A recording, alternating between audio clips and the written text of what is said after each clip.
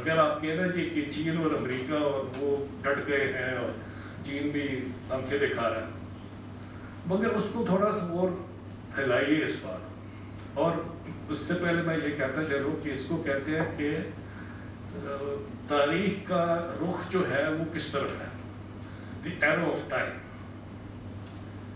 دیکھیے نا، first world war ہوئی، سیکنڈ ہوئی، اس کے بعد کولڈ وار تھی، پھر یونیپولرٹی ہوئی، پھر ملٹی پولرٹی کے بعد ہوئی، اب بائی پولرٹی آ گئی، صرف چین اوپری چھلک ساری ادھر ادھر گر گئے. ٹھیک ہے، but if the arrow of time has been reversed, جبکہ یون کی قدریں ختم ہو گئیں، جبکہ نارمز ختم ہو گئے، جو پرنسپل جس کو ہم سمجھتے تھے کہ یہ تو اللہ تعالیٰ نے بھیجے ہیں، وہ اس پہ اعتماد اٹھ گیا، تو سب چیز کھل گئی نا. تو پھر تو ہم ماضی کی طرف، مطلب simply stated we will live the past in the future. ٹھیک ہے، جو انارکی ہے جو افغانستان میں ہوئی وہ آئندہ اور جگہوں میں بھی ہوگی.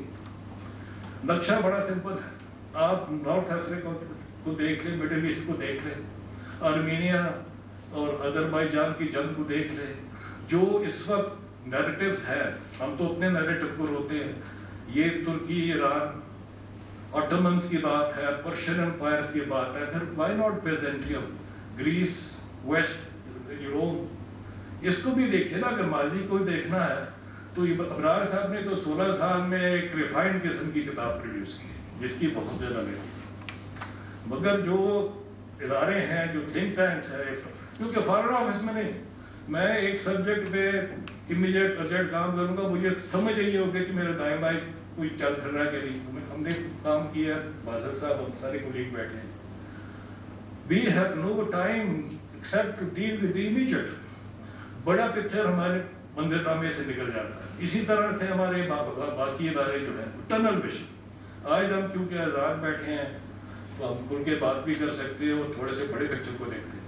تو میرا کہنے کا مقصد صرف بڑا سمپل سا ہے، مطلب ایسے don't take me seriously, I am just sharing a thought with you. اگر چین اور امریکہ کی کمپٹیشن ہے، کنٹسٹیشن ہے، سرد جنگ ہے، یا اس کا کیا نتیجہ، جس کا امپیکٹ پاکستان پہ بھی ہوگا، افغانستان پہ بھی ہوگا، اور اس کے پیچھے اصل عنصر کیا ہے.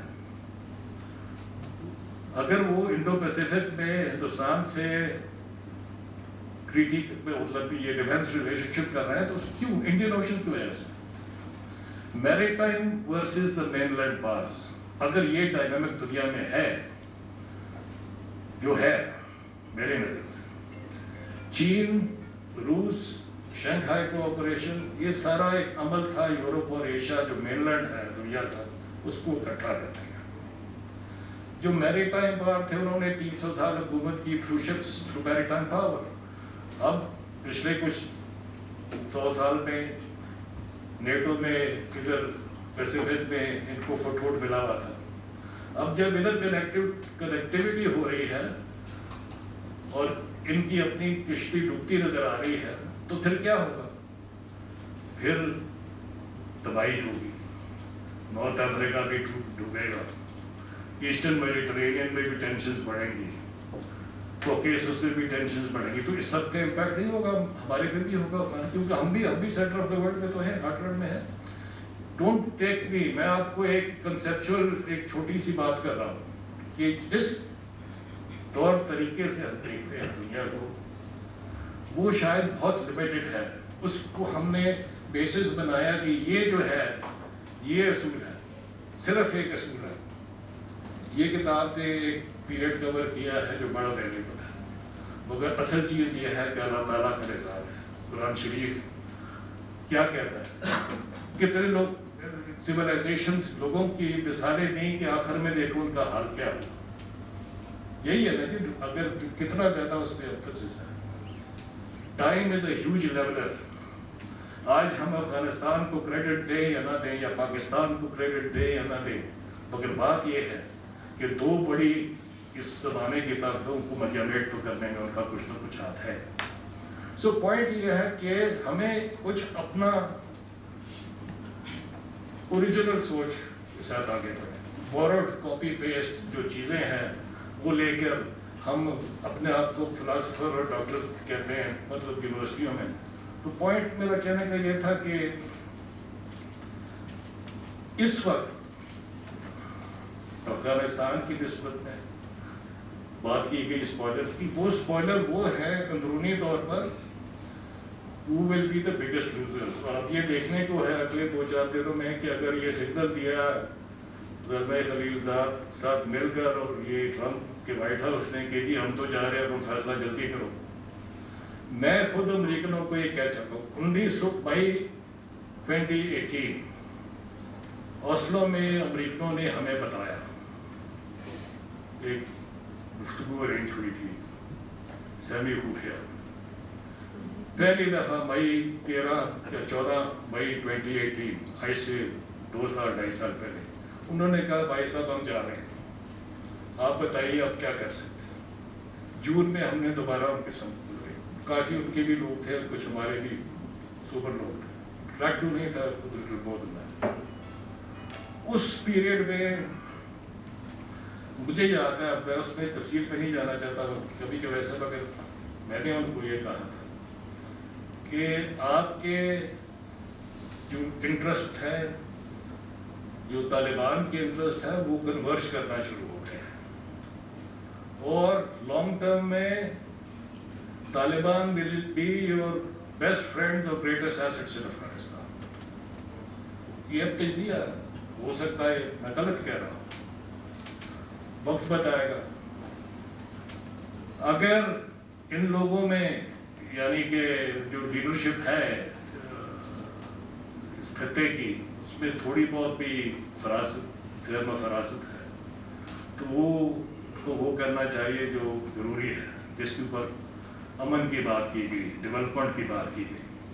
پاکستان اس وقت اللہ کے فضل سے اتنی اچھی پوزیشن میں ہے، ہندوستان آئسولیٹ ہو چکا ہے within south Asia, Nepal, Maldives, Bangladesh, ہر طرف سے وہ شکنجے میں ہے. پاکستان کے لیے یہ علاقہ کھل رہا ہے. ٹھیک ہے، اگر اب افغانستان میں سیاسی عمل ہے، یہ انہوں نے کہا بہت صحیح کہا، صادق صاحب زبردست کام کر رہے ہیں، اور اس سے پہلے 2-3 سال سے میں کہہ رہا ہوں اور ابھی بھی کہہ رہا ہوں کہ یار تم یہ ایجنڈا جو تم بنا رہے ہو کہ سیاسی اس کا ارینجمنٹس کا، اس سے زیادہ ضروری اکنامک ارینجمنٹس ہیں. اگر آپ کی اکنامک فاؤنڈیشن نہیں ہے، آپ جتنا مرضی ہے اس پہ پولیٹیکل اسٹرکچر بنائیں، it will not hold unless you جو بات آپ لوگوں نے کی وار اکانومی کو کیسے ختم کرنا.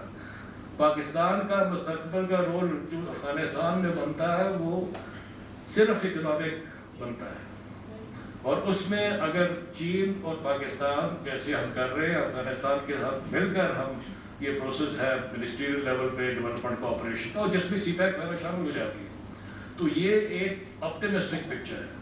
بٹ اگر اس کو جو میں نے آپ سے پہلے کہا کہ اگر یوریشیا کے اندر ماچس کی تیلی لگا دی گئی اور فرکشنز اور وہ چیزیں بڑھا دی گئی، جیسے کہ یہ ترکی وغیرہ ایران کے آپ نیریٹوز دیکھ رہے ہیں جس میں کروسیڈرز بھی ہے، جوز بھی ہے، ادرز بھی ہے، اس قسم کی چیزیں.